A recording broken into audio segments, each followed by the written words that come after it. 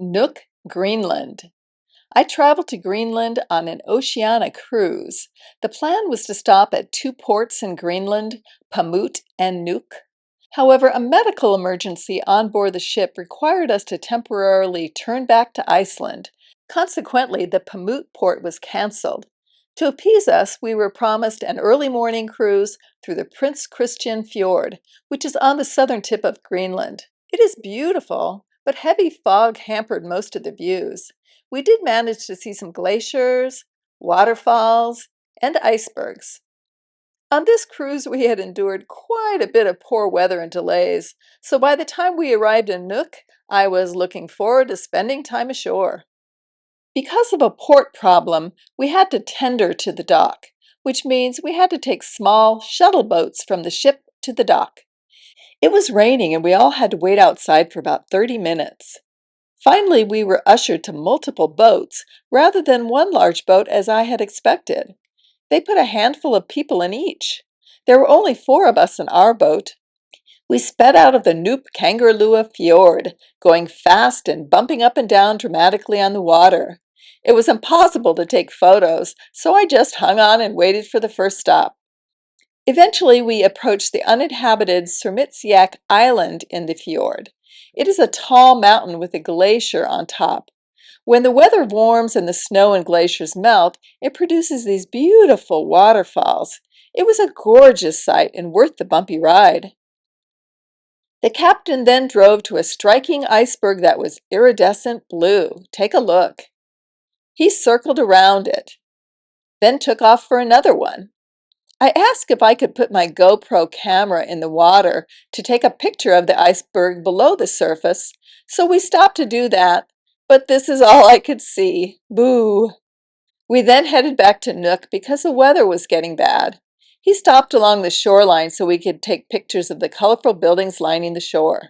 Despite the bumpy ride, I enjoyed the boat excursion, which treated us to some beautiful views of icebergs and the falls.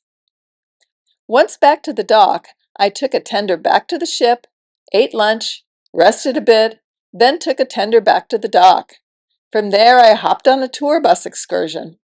The guide shared information as the driver motored us around Nuuk. He told us that there are only 56,000 residents in all of Greenland, and 1/3 live in Nuuk. The residents pay a large percentage of their income in taxes, 42%.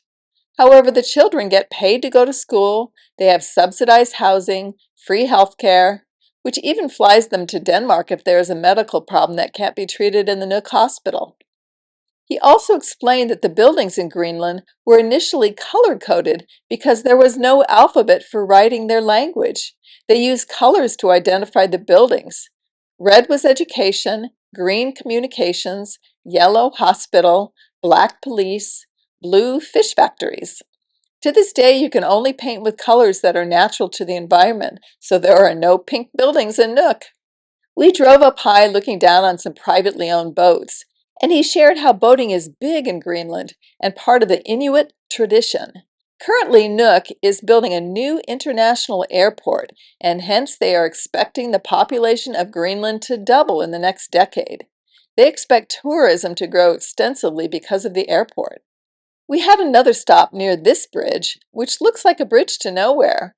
However, the guide explained that it makes more sense when the ground is deep in snow. A pretty picture stop regardless. We drove a short distance to a point along the shore that was one of the more picturesque stops in Nuuk.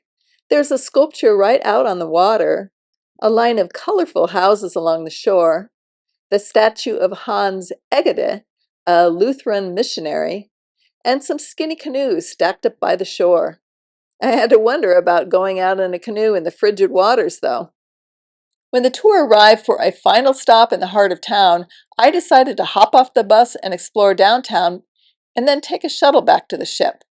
I only managed a couple shops before the shuttle arrived, although there wasn't that much to see because the downtown is quite small. The shuttle dropped me off at the dock and I tendered back to the ship. I was glad I managed 2 excursions by boat and bus, as well as a little self-exploration on my one day in Nuuk. It is a charming, friendly, and picturesque town. Fishing is the main industry, with tourism and minerals coming in second and third. It will be interesting to see if the international airport changes this ranking. I have posted additional videos on my 30-day land and cruise journey to Scotland, Iceland, Greenland, Canada, and more, which I have listed in the description below.